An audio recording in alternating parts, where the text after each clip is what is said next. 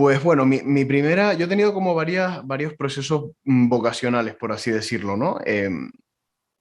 Primero, el primer proceso vocacional fue la conversión propiamente, ¿no? O sea, cuando Dios te llama a ser cristiano, pero cuando yo sentí la vocación propiamente a la consagración, no fue a la vida religiosa, sino que yo entré al Seminario Diocesano de Tenerife y ahí estuve hasta el quinto curso. Ese fue el primer llamamiento o la primera llamada que yo sentía del Señor, que en el fondo era como una llamada a cambiar de vida, ¿no? Dentro del proceso hacia la consagración.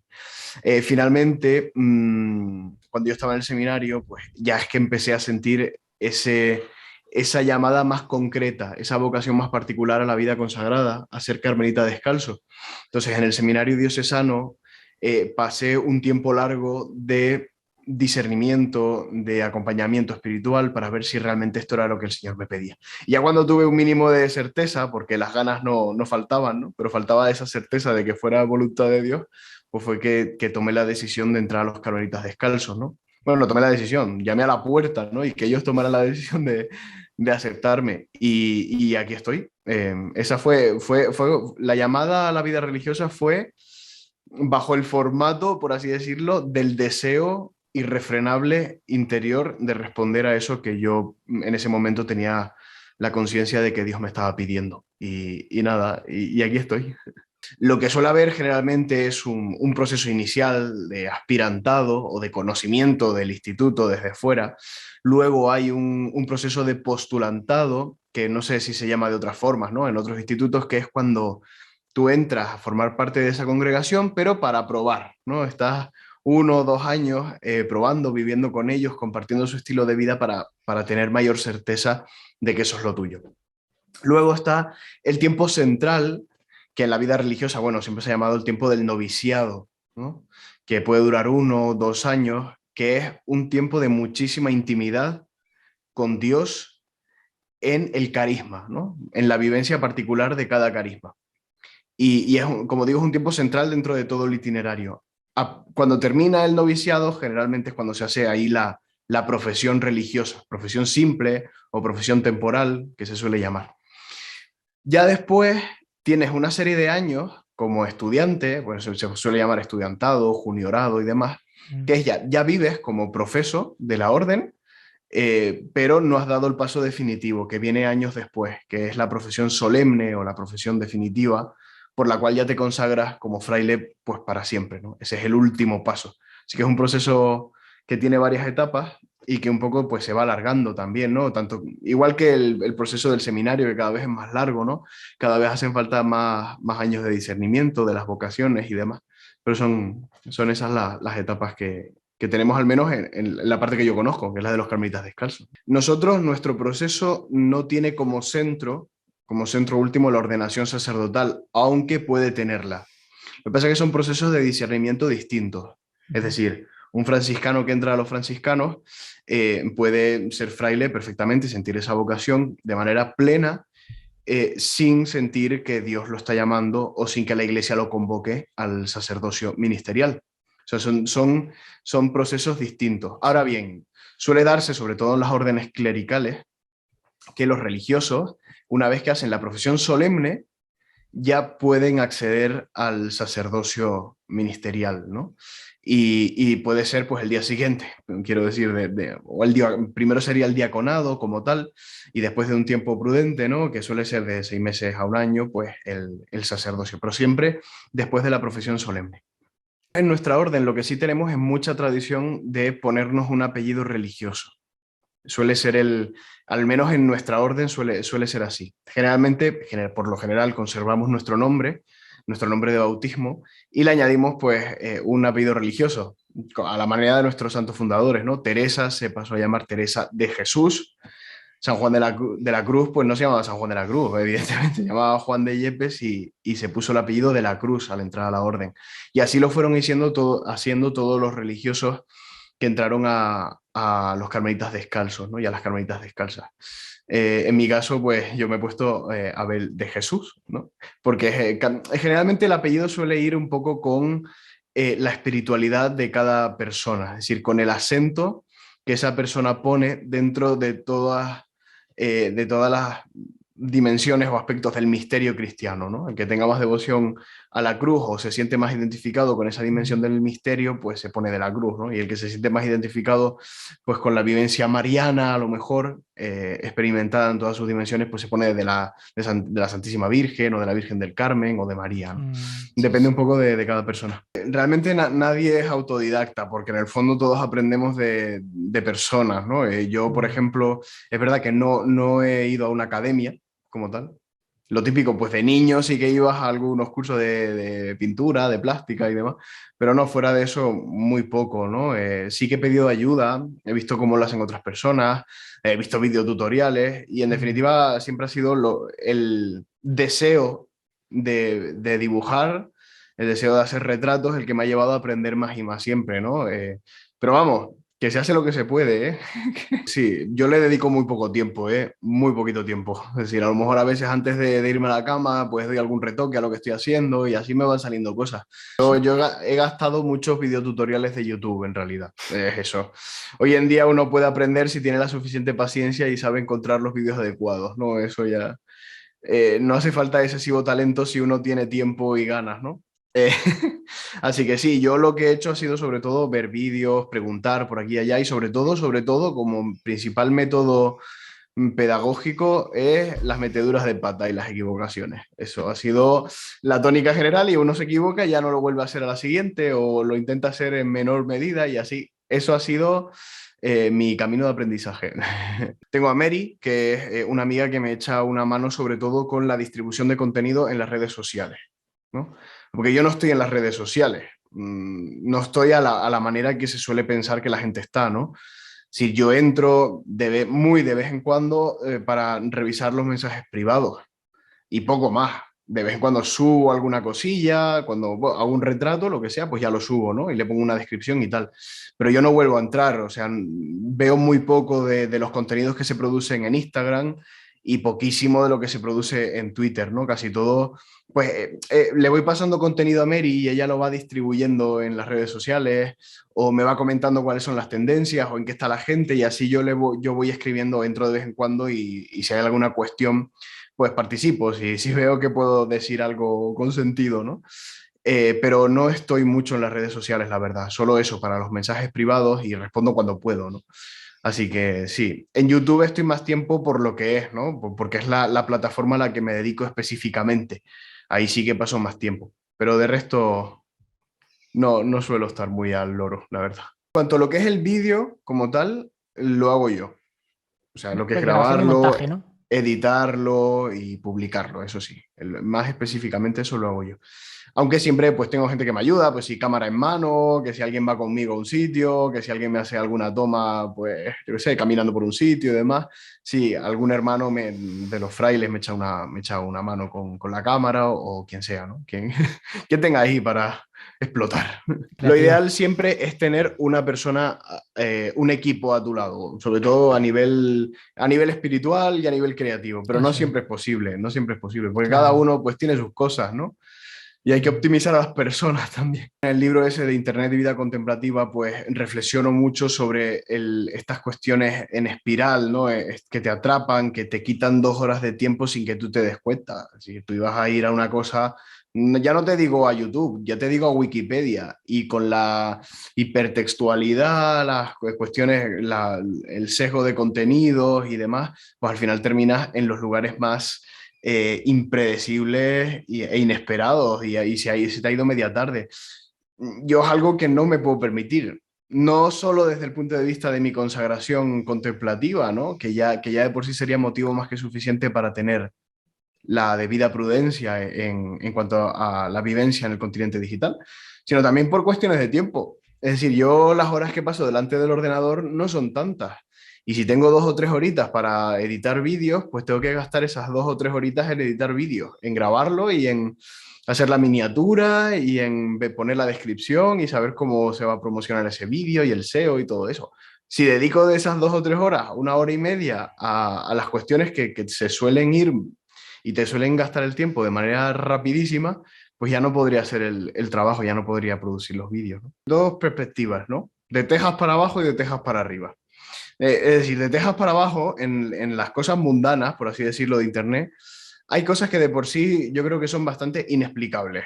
Es decir, que no tienen un itinerario lógico que nos permita entender por qué ciertos perfiles tienen éxito a nivel comunicativo y por qué otros no. Es decir, es muy fácil encontrar perfiles en YouTube que realmente no tienen a lo mejor calidad o no tienen una estrategia detrás mediática o que no tienen herramientas para darse a conocer o que simplemente su contenido pues es bastante flojo o aburrido o no lo sé. Y sin embargo tienen un éxito increíble, increíble. O sea, tienen datos astronómicos de cientos de miles de seguidores, ¿no?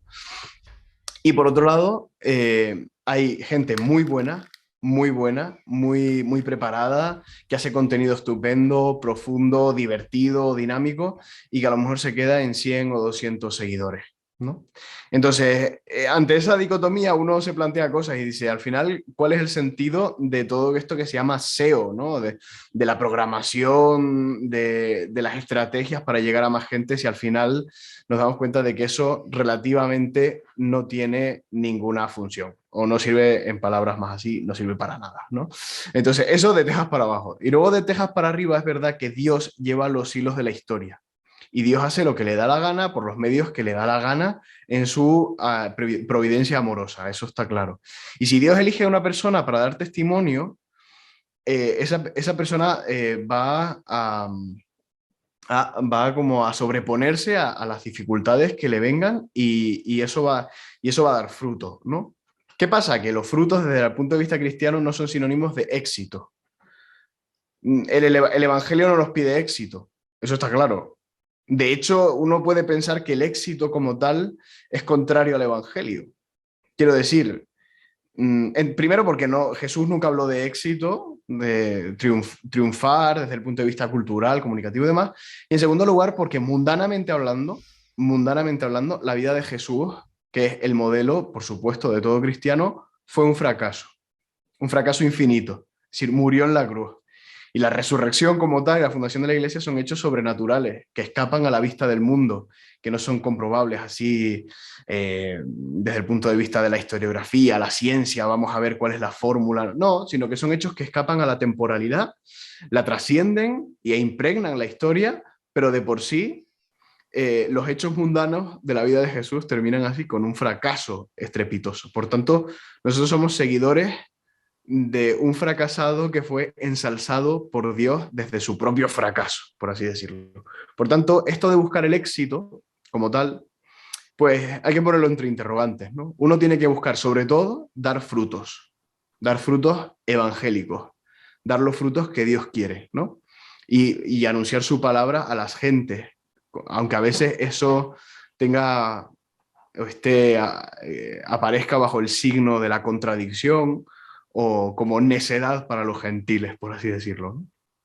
Por tanto, me decías, no todo el mundo vale o todo el mundo vale. Yo la verdad no sé qué responderte, no sé qué responderte, porque he visto gente que no vale en absoluto y que ha dado mucho fruto.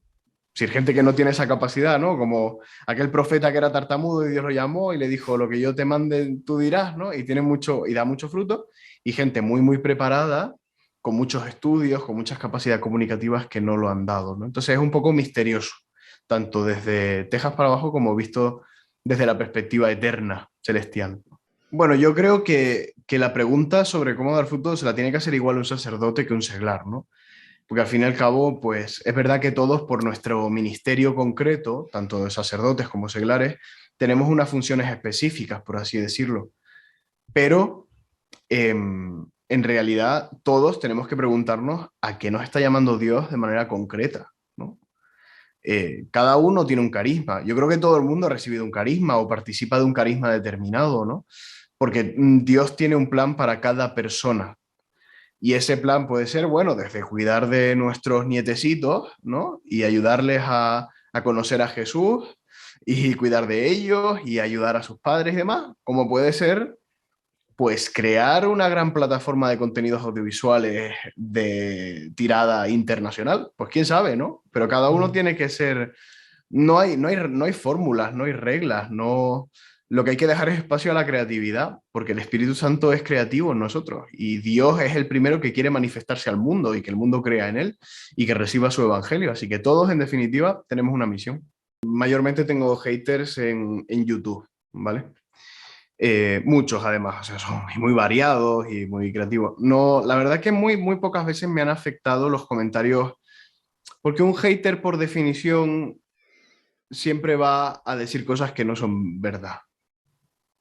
Podían ser ciertas, pero no verdaderas, a eso me refiero. O sea, alguien Mm. me puede llamar calvo y dice, eres un calvo. Y dice, bueno, tienes razón, pero no estás en la verdad. O sea, no, no supone para mí que me digas eso, nada así.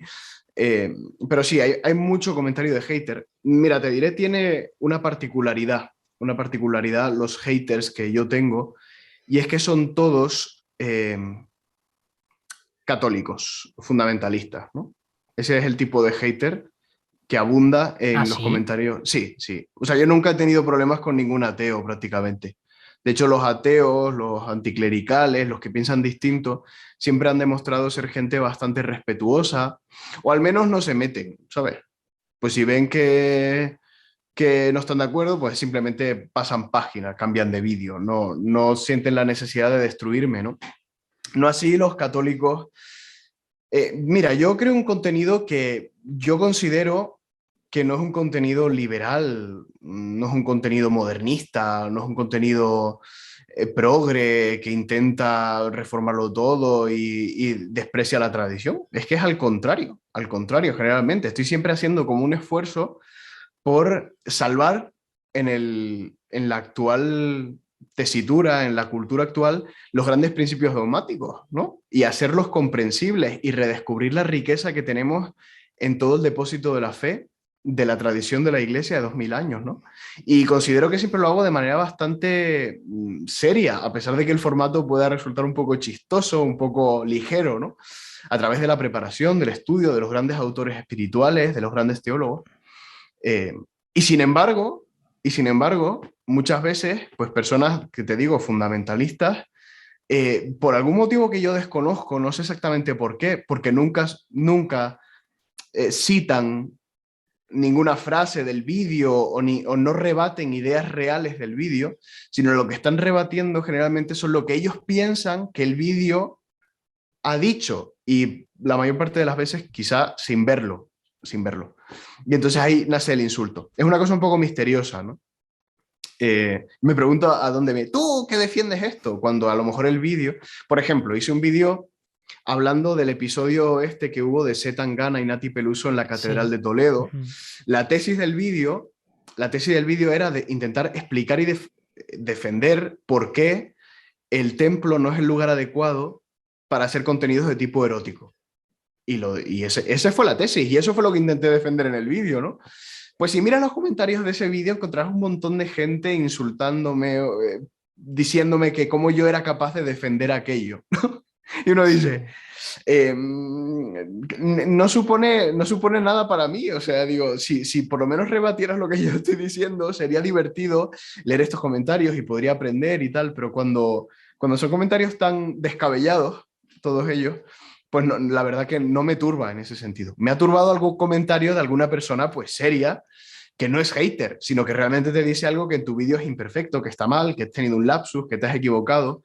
Y esos son los comentarios que verdaderamente me afectan, pero me afectan en un sentido positivo. Digo, mira, he aprendido algo, he dicho algo mal y ahora me doy cuenta gracias a esta persona. Esos son los comentarios que más valoro, desde luego. Generalmente todo el mundo del trap, el mundo que nace un poco Latinoamérica, todos estos autores, Rosalía, eh, también el antiguo reggaetón, ¿no? Toda esta tradición tiene un verdadero gusto estético por la temática, la iconografía católica. No es algo forzado, no es algo que lo único que busque sea llamar la atención, crear polémica, sino que realmente les gusta el ambiente católico. Y eso es así, eso no es discutible. O sea, nadie me puede decir, no, lo hacen para llamar a... Digo, no, no, no lo hacen por eso, lo hacen porque les gusta.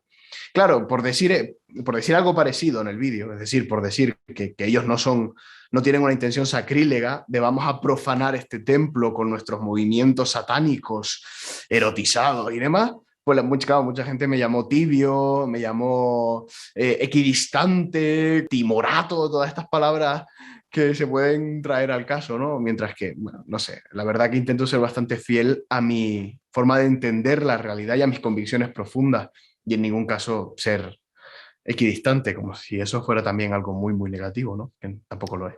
A veces no tengo conciencia de lo que supone tener tantos seguidores y demás, que no son tantos, en números relativos, ¿no? Pero uno nunca es consciente del todo. Es decir, a mí, tú me llamaste y dices, oye, ¿por qué no te pasas por el canal de la diócesis y demás? Todavía me sorprendo y digo, ¿y por qué? Como si yo tuviera que conocer a todos mis suscriptores, ¿sabes? Estoy todavía en ese proceso pero este chico yo no le conozco, o sea, no sé si he leído algún comentario de él, siempre estoy pensando en clave individual, ¿no? Y no me doy cuenta de los números reales, o sea, no me doy cuenta de los números reales. Tú dices, mil seguidores, ¿no? Por poner un ejemplo, una unidad. Y te parecen pocos, pero te parecen pocos porque a lo mejor lo miras en números relativos, ¿no? En los 30 y no sé cuántos millones del Rubius y tal, y dices, Mm, 1000. ¿Qué son 1000? Pues nada. Pero si vas a la realidad de las cosas y piensas en 1000 personas que de repente pueden ver tu vídeo y lo ven y demás, y dices, 1000 son muchas personas. Y cada persona tiene una historia. Y cada una de esas personas ha decidido gastar 7, 8 minutos de su tiempo para ver tu vídeo, ¿no?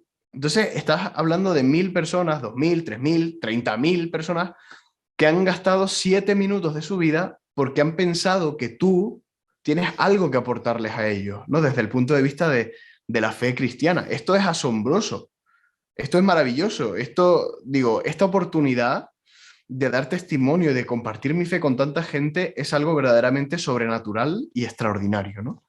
Pero no soy consciente, claro, no soy consciente. Todavía, pues si alguien vas a alguna iglesia y alguien te saluda, ha visto tu vídeo y uno se sorprende, ¿no? Dice, oye, ¿por qué lo habrá visto? ¿Y cómo habrá llegado? Y no te das cuenta de que en el fondo hay mucha gente que está viendo esos vídeos, ¿no? Y ahí están. sí, sí. Y estoy muy agradecido a cada uno de ellos. Uno de los factores que hacen la creación de contenidos en Internet algo muy contraproducente para la salud psicológica. Esto es verdad. O sea, si te fijas, un alto porcentaje de los youtubers, alto porcentaje, de los youtubers de éxito han tenido crisis psicológicas. O sea, Mm, arrebatos psicóticos, depresión, y la mayor parte de ellos, la mayor parte ha tenido que tomarse un tiempo de interrupción de su trabajo. ¿Eh? Desde el Rubius, Auronplay, pasando por los youtubers españoles, ¿no? Muchos de ellos, que se podrían nombrar mogollón, han tenido que parar, totalmente destrozados psicológicamente por miles de factores, ¿no? Uno de ellos es el carácter relativo de los números en Internet. O sea, que los números sean relativos. Es decir, tú no tienes 1000 suscriptores, tienes 10 menos que esta persona, o te faltan 10 para llegar a los 1000, o es que ayer resulta que se te desuscribieron varias personas, o resulta que la semana pasada estabas creciendo a 50 seguidores por día y ahora estás creciendo a 6 seguidores por día y no sabes por qué, intentas indagar.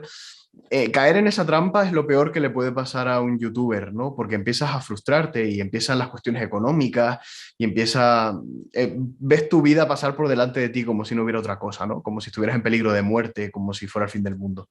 Y tenemos que intentar huir lo más posible de esas pautas o patrones viciosos que están hechos adrede para que nosotros produzcamos el mayor número de contenido posible, porque eso le va a favorecer sobre todo a la plataforma. O sea, YouTube tiene interés en que yo cree contenido de manera viciosa. No sé si me explico. Te podría sorprender mi top 3, ¿no? ¿Por qué? O sea, ¿por qué? Porque son temáticas que no tienen nada que ver conmigo, a lo mejor. eh, Tratan temas que a priori no me interesan o no me deberían interesar o no forman parte de mi...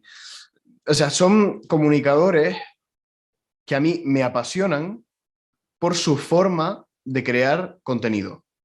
Y he aprendido muchísimo de ellos, me he inspirado muchísimo en ellos y he descubierto una forma de hacer contenido gracias a ellos. Aunque ya, bueno, en el fondo uno va adquiriendo su propio estilo al final, ¿no? No estás intentando copiar a nadie, pero sí que los tienes como referente con ese puntito de envidia, no envidia por sus datos, porque evidentemente son youtubers de millones de suscriptores y demás, sino envidia por lo bien que lo hacen, por lo bonito que lo hacen todo y por lo bien que comunican sus ideas, ¿no? Yo en ese sentido, mira, he aprendido muchísimo de youtubers como Antonio García Villarán, El Jaime pintor, ¿no? Altozano, Quantum Fracture, su manera de hacer animaciones, su manera de explicar las cosas, ¿no? Ter, Ter me parece fascinante su capacidad de comunicar ideas profundas, pero empaquetadas en el lenguaje de la postmodernidad, de la que ella se siente muy orgullosa, ¿no? Todos estos youtubers a mí es que me han cautivado por esa manera que tienen de comunicar, ¿no? Y lo sigo de vez en cuando simplemente para disfrutar y aprender por su manera de crear lenguajes y de transmitir el saber, ¿no? Que es un poco una labor casi sapiencial. O sea, no es una misión intelectual o que necesite decir, sino que ellos hacen una obra sapiencial, que necesita de una sabiduría profunda, de una capacidad de discernimiento, de escucha, de inteligencia del corazón muchas veces, no solo de inteligencia técnica. Y me siento como orgulloso de los youtubers que tenemos en España porque he aprendido muchísimo de ellos. Sí. Y tengo ahí un top 4, 5 que están estos que te digo, ¿no? Yo en mi adolescencia tenía perdida prácticamente la fe. Porque, quiero decir, mi preadolescencia y demás, yo fui derivando hacia Dios como una idea cultural muy útil, muy buena, pero en el fondo un Dios inexistente, ¿no? Esa era la deriva que llevaban mis pensamientos ya por aquel entonces. Hasta que me convertí. O sea, me encontré con Jesucristo que me llamaba por mi nombre en su humanidad gloriosa. Y entonces yo lo experimenté y a partir de ahí pues ya no podía ser ateo. O sea, no puedo, es que lo he experimentado, he vivido la experiencia pascual, ¿no? Entonces no tenía otra opción casi que creer, casi, porque siempre queda la libertad, ¿no? Pero, pero bueno, a partir de ahí, esos años en los que Dios intenta entrar en tus construcciones mentales y derribar aquello que es incompatible con la existencia de Dios, pues fue unos periodos de muchísimas dudas, ¿no? De si no será su gestión, si no será idea mía, de si me lo habré inventado, de si esto cómo es posible, de cómo es posible la vida después de la muerte, cómo es posible que Dios haya creado el mundo, cómo es posible que exista el mal. Son todas dudas que vas salvando, ¿no? No por aprender cosas, sino porque interiormente Dios te va ilustrando, te va enseñando, te va iluminando sobre todo esos interrogantes. Entonces, yo siempre he estado torpe y obstinadamente enamorado de Jesús. O sea, no es que no he tenido otro horizonte, sino seguir la voluntad de Dios y ver cómo le puedo amar con el amor que recibo de Él. Y eso ha sido una constante, ese enamoramiento torpe, por torpe porque digo por mis malas acciones, por mis cosas y tal. Y que hasta el día de hoy sigo diciendo, pero mira qué torpe eres para amar a Jesús. ¿Cómo puedes ser tan serútil? ¿Y cómo vuelves? Pues así, pues así. Pero dudas, no, la verdad, no me cabe duda del amor de Jesús. Pues dudo de mí mismo, dudo de muchas cosas, ¿no? Dudo de casi todo lo que no es Dios y la Santísima Virgen María. Mm, pero de Dios ya es que no me cabe dudas, al menos por ahora, aunque siempre Sí. puede venir la noche pasiva del espíritu que llamaba San Juan de la Cruz, que es un periodo eminentemente de dudas, tribulaciones y oscuridades. Y también ahí se revela, y sobre todo ahí se revela el amor misericordioso de Dios que nos lleva hasta la unión. Siempre que nos viene un elemento adverso, eso constituye nuestra fe, ¿no? Y la alimenta, la cimienta, ¿no? A través de las crisis se crece. Intento no escuchar mucha música, ¿eh? Primero, porque quiero conservar mi sentido solo para Dios, ¿no? Y si escucho música ya me empiezo como a llenar de cosas que no son Dios y eso me crea cierto impedimento, ¿no? Pero a veces digo, uff, empiezas viendo música porque dices, para mi vídeo necesito música de este tipo, o estoy haciendo un vídeo sobre este artista y tengo que escuchar la música, al final terminas escuchando lo que sea, ¿no? Yo, por ejemplo, aquí, pues mira, lo primero que tengo son un podcast. Un podcast que no voy a decir, porque es una cosa muy mundana, pero es que quería saber en qué consiste el género podcast hoy en la actualidad, ¿no? Y ahí me puse, pues eso, y que YouTube está muy bien y el género podcast a mí me atrae mucho como futuro contenido, ¿no? El tema de, no sé, y está teniendo mucho tirón y me alegro. Después tengo aquí cosas de, mira, de son como música coral contemporánea, ¿no? De Lauridsen, por ejemplo, que me encanta. Me encantan las bandas sonoras. James Newton Howard, Michelle Giacchino, mm, ¿qué más? Harry Gregson Williams. Yo todavía estoy escuchando la banda sonora de Rec, porque me encanta. Mm. Todo lo que es el género de bandas sonoras también. Y después los clásicos, Tomás Luis de Victoria, Palestrina, Lasus y toda la música polifónica católica, por así decirlo, también lo tengo Mm. por ahí, entre otras cosas. Qué Eso es lo guay, que hay. sí, sí. Yo soy muy fan de las sagas de fantasía, eso está claro, ¿no? Me gusta, el otro día decía, bueno, mi película de animación favorita es la tercera de Cómo entrenar a tu dragón. Pues me encanta la alta fantasía, me encanta la saga de Harry Potter, la saga de Señor de los Anillos, la saga de las Crónicas de Narnia, todas estas. La saga de Star Wars, que últimamente le he dado mucho, aunque no me he visto las nuevas porque no tengo suscripción a Disney Plus o como se llame, ¿no? Pues, Mm. y cosas así. Sí, me gustan las grandes sagas de fantasía y ciencia ficción. Por ejemplo, una que estuve viendo hace un tiempo y ya después no seguí porque no tengo tiempo y ojalá tuviera tiempo para disfrutar esas cosas, es, no sé cómo se llama en español, es The Adventures of Merlin, ¿no? Una serie que había sobre Merlín, el rey Arturo y tal, que era bastante cómica, así, en un género bastante ligero que a mí, no sé, me vi como una temporada y media, 2 temporadas y me encantó esa serie. Ah, Yo pero... sin invitar a todos a que si quieren, pues se pasen por la comunidad, ¿no? Estamos en YouTube, solo tienen que teclear Fray Abel de Jesús y ahí le aparece un chorro de vídeos que si en alguno, pues, si alguno de ellos les puede ayudar, pues genial, ahí estamos. Somos una comunidad muy acogedora, muy buena y tanto followers como haters están muy invitados. También, bueno, está el libro en PPC de Internet y Vida Contemplativa, por si a alguien le sirve. Muchos de los temas que he reflexionado sobre Internet y espiritualidad, sobre nuestra manera de evangelizar, nuestra manera de ser santos en Internet, pues están en ese libro, Internet y Vida Contemplativa, que lo tienen por ahí y lo pueden comprar por cualquier lado.